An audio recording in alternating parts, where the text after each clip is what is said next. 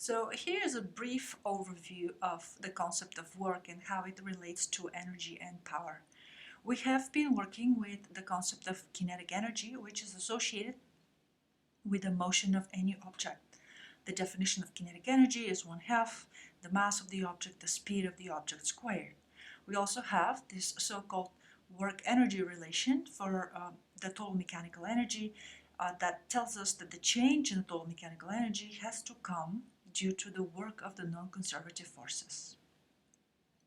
The definition, the most general definition of work done by a force on a particular object as it moves and it has certain displacement, is that it is equal to the amount of energy that force brings to or removes from the object during its displacement. So we can see that what changes the kinetic energy are actually the forces, or more precisely, the work that they do. So we can write the work energy relation in a slightly different form through the kinetic energy only. We're going to write that the change in the kinetic energy is equal to the work of all the forces. So here we have not differentiated yet between conservative and non-conservative forces. So what is the work by a force? Let's start with the simplest possible case. Let's say we have a constant force that applies to an object that moves, and the displacement is very simple here, just a straight line. Consider a block or an object with a displacement to the right and a force applied to the right.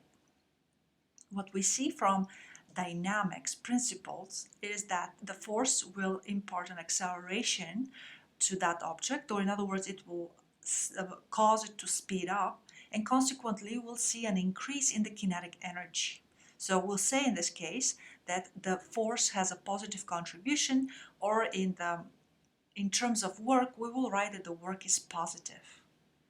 On the other hand, if that force actually applied to the left while the object is moving to the right, we see again from dynamics principles that will cause the object to actually slow down, which will lead to a decrease in the kinetic energy, or we'll say that we have a negative contribution of the force. In other words, the force is taking away energy from that block. In terms of the work, we will write that the work here is negative. What if the force is directly perpendicular to the displacement?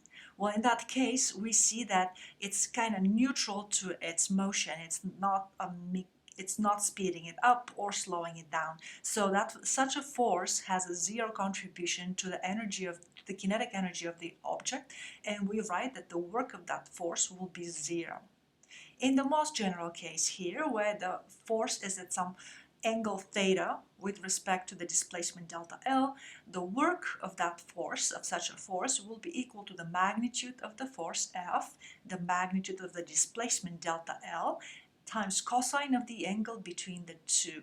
The trigonometric function cosine of theta here will take care of all these different scenarios. In other words, for any forces that point somewhat to the right, the cosine of theta will be a sharp angle, and cosine of theta will give us a positive value. Might not be exactly 1, it'll be less, to account that not the entire force is actually pointing exactly along the same direction as the displacement. Any force that has some components to the left will naturally be slowing down the object, and so their contributions will be negative, and we'll see that cosine of an obtuse angle here will give us a negative value. For forces that are perpendicular, we'll be working with 90-degree angles, for which we know that the cosine is 0. What happens if the force is not a constant force? Or what if the path is curved? So what if we don't walk along a straight line and we have a very straight displacement? In that case, we actually have to break the path into small segments, and here I have marked the displacement instead of delta L as dl. If you're familiar with calculus, you will know that this is a standard notation here when we're working with infinitely small quantities. So here dl stands for a sufficiently small segment along the path that I can consider it a straight segment here. And then the force could be in some direction f, and here's some angle theta. I can calculate the work of that force at that location or in the vicinity of the location using my formula from before. F times the displacement dl in this case times the cosine of the angle between the two. And then I have to go to the next location and calculate the contribution of the work of that force for that location. In other words, I have to look at the force and the angle in that location, and I have to add all those contributions along the path. Or, in the words of calculus, we have to perform an integration of F over dl of that expression, and that is the most general definition of work done by a force on an object that moves along a certain path. Of course, we live in 3 dimensions, so here for completeness, I need to mention what happens if we actually working with forces and displacement that are placed in our 3-dimensional space. In those cases, both vectors will have 3 components. The components for the force will be fx, fy, and fz. The components for our very small displacement dl, I'll mark them as dx, dy, dz. So in such cases, the work actually by such a force will be once again an integral. There's no way to avoid calculus here, of the following sum here. The sum of the product of the individual components. So we're going to have fx dx plus fy dy plus fz dz. I'm not including the proof here. Those of you who have taken vector calculus or Calc 3, you can recognize that this relates to the dot product of 2 vectors, and I will leave it at that.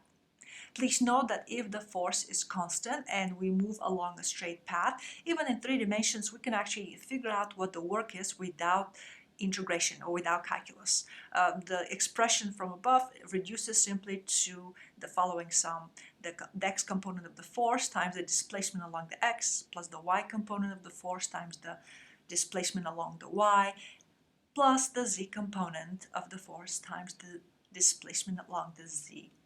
There's one case in which we can actually calculate the work of a variable force without calculus. Well, somewhat. And that is the case of 1 dimension.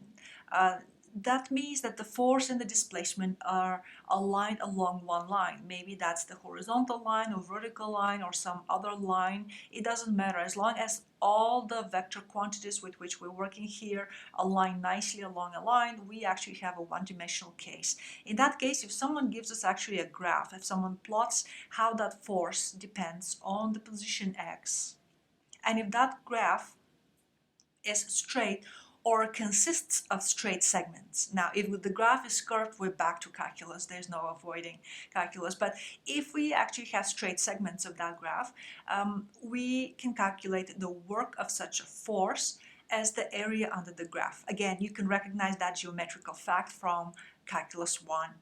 For the purpose of this examples here in our course, all we need to break the area under the graph of that force into geometrical figures for which we can calculate the area. Here's one possible way to break that area. I can set up a triangle here, and then I can calculate the area of a little rectangle. Then I have a larger rectangle, then I have a narrow tall triangle, and I also have to remember to subtract the area of that little tiny triangle because it appears below the x-axis. So that area is still considered the area under the graph, but it appears on the negative side of the x-axis, so it has to be subtracted from the total area for the calculations of work. The power is a third concept here, and it relates to work in the context of how fast a force can remove or give us energy. So in proper terms, power is defined as the rate at which a force does work. The formula here will be, for the average power, will be simply written as the amount of work that a force does divided by the time it takes for the whole process. In a lot of problems or situations, we actually dealing with only one force there that eventually will lead to change in the energy, either kinetic or total mechanical energy. So the formula for the average power can be written in terms of change in the energy overall divided by the time it takes. Now that works only for one force. If we have more forces, we have to actually calculate the individual contributions as their work and use the original expression for the average power. The energy here is measured in joules, and the time interval is in second in the metric system. Joules over second will be the units for power, for which we actually have a name. It's called watt, and anybody who has bought light bulbs or looked at light bulbs should be familiar with the concept of watts, right? We deal with 20, 25 watt light bulbs or 100 watt light bulbs. Now this is the average power, the definition of our average power. But what if we need it for one particular instant, now or later, or at 10 o'clock? We talk about instantaneous power.